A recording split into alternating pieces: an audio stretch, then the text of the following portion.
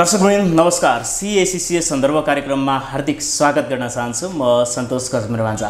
आज पनि हामी एसीसीए का बारेमा कुरा गर्नेछौँ र आज मसँग भर्खरै एसीसीए का 13वटा पेपर सकाएर एसीसीए एफिलिएटको दर्जा पाउन सफल हुनुभएको एकजना विद्यार्थी साइमा अली खान हुनुहुन्छ। आउनुहोस् मलाई स्वागत गरौँ। साइमाजी स्वागत छ। Thank you so much sir. आरामै हुनुहुन्छ? हजुर। एसीसीए एफिलिएट एसीसीए का 13वटा पेपर सकाएर पाउने एउटा उपाधि तपाईले पाउन सफल हुनुभएको छ। धेरै विद्यार्थीहरूका लागि चाहिँ एउटा ठूलो सफलता जस्तो महसुस हुन्छ होला। तपाईलाई अहिले कस्तो लागिरहेछ? एसीसीए एफिलिएटको त्यो रिजल्ट हेरेको टाइम मलाई अहिले पनि याद छ। बिहान 5 बजे हाम्रो रिजल्ट आउँछ अनि यति खुसी यति अचिभमेन्ट फिल भएको थियो म सोच्नै सकेको थिएन। अब सक्यो, मैले जति पनि हार्डवर्क गरेँ त्यो सब सफल भयो जस्तो एउटा कन्टेन्ट फिलिङ आउँछ। अब एसीसीए को 13वटा पेपर सकाउनको लागि चाहिँ धेरै विद्यार्थीहरूलाई निकै गाह्रो हुन्छ होला भन्ने खालको आभास भइरहेको हुन्छ र त्यो सक्नु भनेको एउटा ठुलो अचिभमेन्ट जस्तो लाग्छ के। तपाईले अब त्यो सकिसक्नु भएको छ। अहिले अलिकति तपाईको एसीसीए जर्नीको बारेमा कुरा गरौँ न। साइमा चाहिँ कस्तो थियो? मैले एसीसीए चाहिँ 2016 मा ब्रिटिश कलेजमा स्टार्ट गरेको थिएँ अनि त्यसपछि चाहिँ मैले म्यानेजमेन्ट अकाउन्टिङ F2 पेपर सकाएँ अनि त्यसपछि मेरो चाहिँ 2 इयर्सको ग्याप भएको थियो। मैले 2018 को नोभेम्बरमा सीसीए कलेजमा फेरि रिजोइन गरेको। मैले यहाँ आउँदाखेरि यहाँ सरहरूले मैले F5 पढ्ने भनेर सोचेर आएको थिएँ तर सरहरूले सजेस्ट गर्नुभयो F7 नै दिनु भनेर। कज 3 मन्थ्सको ग्याप हुन्छ बिट्विन 2 एक्जाम अटेम्प्ट। मेरो 2 मन्थ्स बाँकी थियो अनि मैले सरहरूको कुरा मानेर F7 पढेँ अनि मैले पास गरेँ। अनि त्यतिखेर मैले बुझेँ कि एसीसीएमा प्लानिङ धेरै नै इम्पोर्टेन्ट छ। कुन टाइममा कुन पेपर दिने, पेपर्सहरू रिलेटेड पनि हुन्छ अनि आफूसँग टाइम छ, आफ्नो के प्रायोरिटिज अरू पनि हुन्छ लाइफमा अनि त्यो सबलाई ध्यान दिएर पहिला नै कुन टाइममा कुन पेपर दिने हो प्लान गर्यो भने चाहिँ अलिक सजिलो हुने रहेछ। भनेपछि तपाईको बिचमा ग्याप 2 वर्ष ग्याप भएर करिब टोटल 3 वर्षमा तपाईले एसीसीए भ्याउनु भयो। हजुर सर। अलिकति धेरै समय अवधिको कुरा पनि आइरहेको हुन्छ, धेरै समय लाग्छ भन्ने खालको बुझाइ पनि छ कतिको। तपाईले यति सहज समयमा यति छोटो समय कसरी सम्भव भयो यो? मलाई लाग्छ राइट प्लान अनि हार्डवर्क गऱ्यो भने सब कुरा पोसिबल छ वर्ल्डमा। जस्ट अलिकति स्मार्ट वर्क अनि प्लानिङ इम्पोर्टेन्ट हुन्छ। अब एसीसीएमा हाम्रो पीआर रिक्वायरमेन्ट पनि हुन्छ अनि हामीले काम पनि गर्नुपर्छ। सो फुल टाइम कोहीले मात्रै पढ्छन्, धेरै जसोले काम गरेर काम प्लस स्टडी गर्छन्। सो टाइम म्यानेजमेन्ट इम्पोर्टेन्ट छ अनि प्लानिङ इम्पोर्टेन्ट छ। अब तपाईँ अहिले कुनै संस्थामा पनि आबद्ध हुनुहुन्छ जस्तो एसीसीए का 13वटा पेपर भ्याउनु बाहेक 36 महिने पीआर आर्टिकलसिप पनि हुन्छ। त्यो भ्याइसकेपछि एसीसीए मेम्बरको रूपमा दर्जा पाइन्छ हैन? तपाईले एसीसीए मेम्बर हुनका निम्ति पीआर या जब केमा आबद्ध हुनुहुन्छ? मैले पीआरमै छु। मैले अहिले currently visit brain consulting private लिमिटेडमा जोइन गरेको छु एज एन असिस्टेन्ट अकाउन्टेन्ट। मैले प्रिभियसली चाहिँ एमिटेन प्राइभेट लिमिटेडमा काम गरेको हो।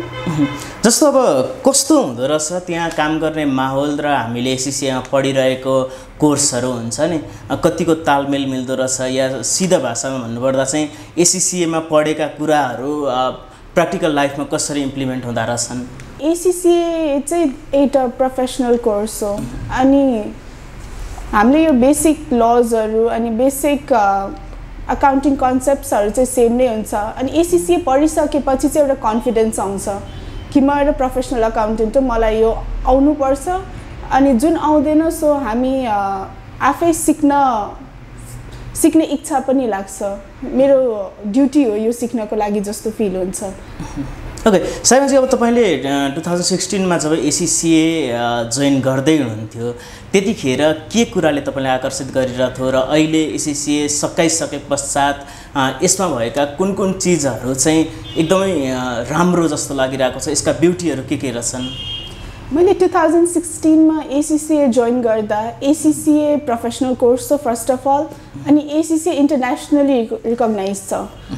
एसीसीए मोर देन 171 कन्ट्रिजमा रिकग्नाइज छ। यो कुराहरूले मलाई धेरै नै एट्र्याक्ट गरेको थियो। पास गरिसकेपछि मैले जस्ट नेपाल और इन्डियामा मात्रै होइन, मैले इन्टरनेसनली पनि काम गर्न पाउँछु। यो कुरा फ्लेक्सिबल छ अनि यसको एक्जाम्स 13 वटा पेपर्स छ। हामीले जुन अर्डरमा पनि एक्जाम्स दिन सक्छौँ कामको पनि त्यस्तो हुँदैन कि एक्जाम सँगसँगै काम गर्नुपर्छ त्यो एकदमै फ्लेक्सिबल छ यो सब कुराहरूले मलाई धेरै नै एट्र्याक्ट गरेको थियो त्यो समयमा अब अहिले आएर चाहिँ तपाईले सबै कुरा बुझिसक्नुभयो टक्क हामीले धेरै ठाउँ भनिरहेका भन्छौँ भने एससीए एकदमै राम्रो कोर्स हो जब सबै कुरा राम्रो छ भन्ने कुरा गरिरहेका हुन्छौँ तपाईको पर्सनल भ्यू चाहिँ के छ अहिले पास गरिसकेपछि मलाई यो एकदमै फ्रुटफुल मैले त्यतिखेर जुन डिसिजन लिए आफ्नो करियरको लागि एकदमै राम्रो डिसिजन लिएको जस्तो लाग्छ अहिले एउटा प्रोफेसनल कोर्स पनि हो अनि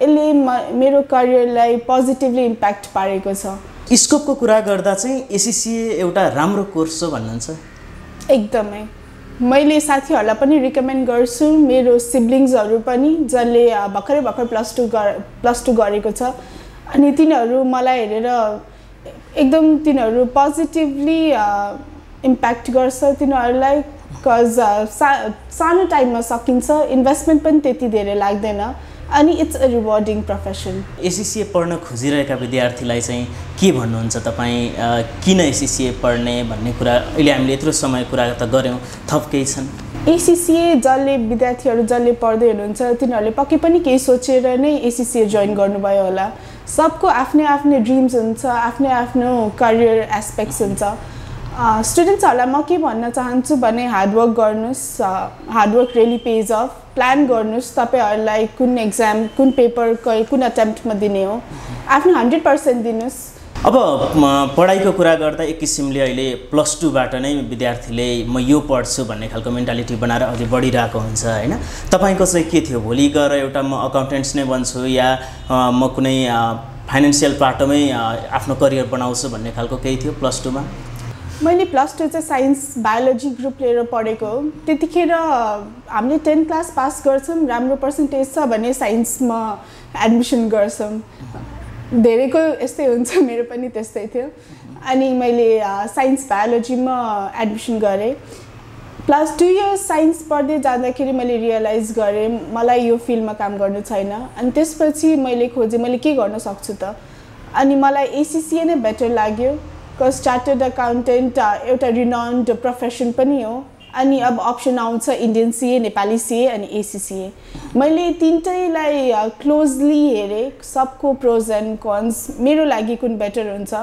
एससीए चाहिँ प्रोफेसनल कोर्स भएर इन्टरनेसनली रिकगनाइज पनि छ अनि मैले बाहिर गएर पनि आफ्नो करियर डेभलप गर्न सक्छु मैले यो कुराहरू सोचेर मैले एससीएममा नै एडमिसन गरेँ अब अहिले विद्यार्थीहरू चाहिँ म केमा राम्रो गर्न सक्छु त्यतितिर जान्छु भन्ने किसिमको एक किसिमको विकास भएको छ कि चेतनाको तर फ्यामिली परिवार समाज सबैको त साइन्स लिएर पढिरहेको विद्यार्थी डाक्टर इन्जिनियर बनिदियोस् भन्ने खालको हुन्छ तपाईँ टक्क यता अकाउन्टेन्सी फिल्डमा आइरहेका चुनौतीहरू चाहिँ के थिए घर परिवार समाजबाट मेरो त्यस्तो केही चुनौती थिएन मेरो प्यारेन्ट्सहरू एकदमै अन्डरस्ट्यान्डिङ हुनुहुन्छ कलेजहरू हाम्रोमा मेरो फ्यामिलीमा भनौँ कस्तो छ भने मैले केही पढ्नु छ भनेर मैले सम्झाइदिनुपर्छ यसको यस्तो छ एस्पेक्ट यस्तो छ भनेर अनि उहाँहरूले मान्नुहुन्छ मैले त्यस्तो केही चुनौतीहरू फेस गर्नु परेन अब अन्तिममा छौँ साइमाजी हामी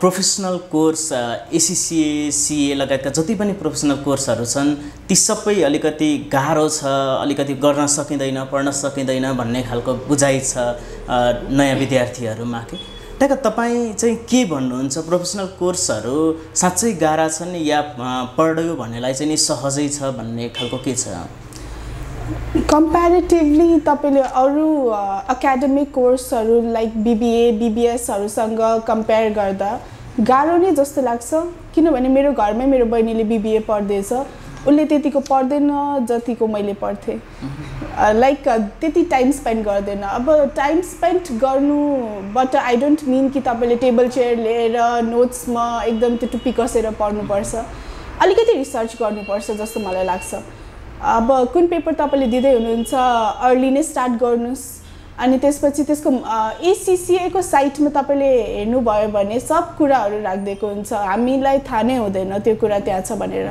इक्जाम्पललाई टेक्निकल आर्टिकल्सहरू भयो तिनीहरूको इक्जामिनर्सको मार्किङ स्किम्सहरू भयो कस्तो आन्सर लेख्यो भने मार्क्स पाइन्छ कस्तो आन्सर्सहरू लेख्यो भने मार्क्स पाउँदैन त्यो सब कुराहरू त्यही हुन्छ, हामीले हेर्दैनौँ। सो पढ्नुपर्छ र हार्डवर्क गर्नुपर्छले आई मिन कि हामीले रिसर्च पनि गर्नुपर्छ, के कस्तो छ, कुन पेपरको पास पर्सेन्टेजहरू भयो, त्यस्तो टेक्निकल आर्टिकल्सहरू भयो, सिलेबसहरू भयो, तिनीहरू अलिकति रिसर्च गर्नुपर्छ।